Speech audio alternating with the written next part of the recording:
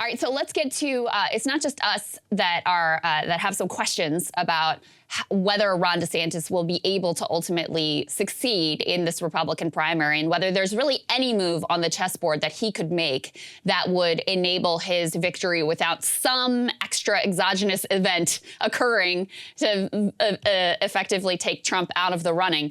Go ahead and put this up on the screen. This is a report from NBC News. The headline here is Ron DeSantis's donors and allies question if he's ready for 2024. They say at a recent gathering of 16 prominent Republicans, a number of DeSantis supporters discussed if he should run against Trump or wait until 2028. Let me read a bit of this report because I think it is quite stunning. One of the individuals, the strategists they interviewed for this had, I thought, a really great quote. He said, DeSantis is doing a book tour. He's barnstorming the country and his polls are going down. Meanwhile, Trump's potentially under indictment and Trump's going up. It's just not a good look for DeSantis.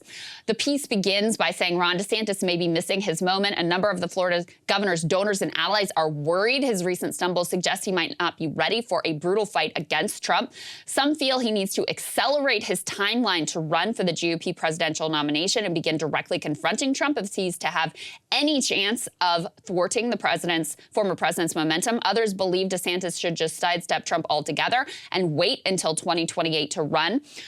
This was based on some reporting they did at this Sunday luncheon following a Red Cross ball in Palm Beach, Florida. So this was in Florida. This was, again, not a bunch of Trump backers. These are DeSantis people, or at least DeSantis friendly. One attendee, described them as a mix of DeSantis backers and Trump skeptics, and they were all discussing misgivings about the governor standing for the future. They liked him. Many of them might even support him, the person who was at the event said of DeSantis, but they thought on balance his long-term future was better without him trying to take Trump head on. He will get scarred up by Trump, the person added. They also mentioned this conservative billionaire shipping goods magnate, Richard Julian, and his wife Elizabeth, whose $500,000 in combined contributions ranked them among the most generous donors to DeSantis' previous campaign. And they said a person familiar with their strategy said on spending, they are pumping the brakes. The polling really made different people pause. And, this all comes after DeSantis has sounded different notes on Ukraine, really, in particular, stumbling and delaying how he reacted to Trump's indictment. And just, I think, also the increasingly apparent landscape where because Trump is dominating the news so much and because these various indictments are likely to come down and really make him the focal point of the party once again, it just makes the landscape damn near impossible for anyone to try to navigate and get ahead of him in the polls.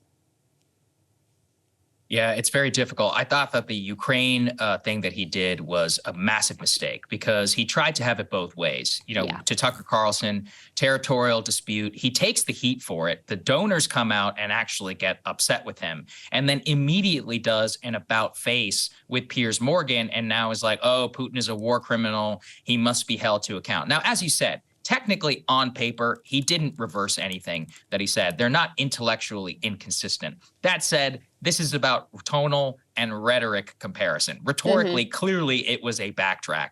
And he actually accused the mainstream media of distorting some of his comments. So it's like, well, which way is it, Governor? Did you say it was a territorial dispute? Are you skeptical of aid to Ukraine? Or do you think that we should take a more hawkish position towards Russia?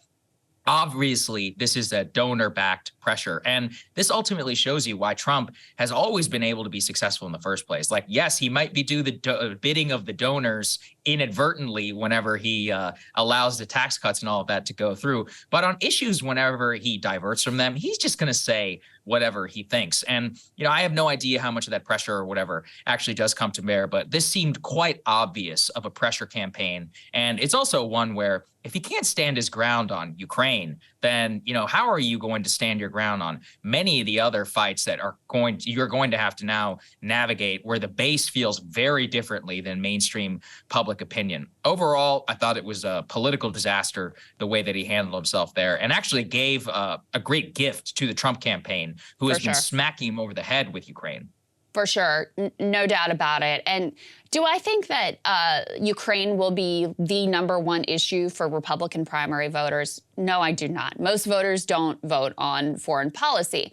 But do I think that this whole episode gives off an incredible stench of like politician with his finger in the wind trying to figure out the right answer of where he should be rather than what he actually thinks? Yes, absolutely. And so in that way, I do think it is damaging to him, even though, you know, again, I don't think that Republican primary voters, I don't want to pretend they're following all the ins and outs of how Ron DeSantis like navigated Ukraine in a couple of different interviews.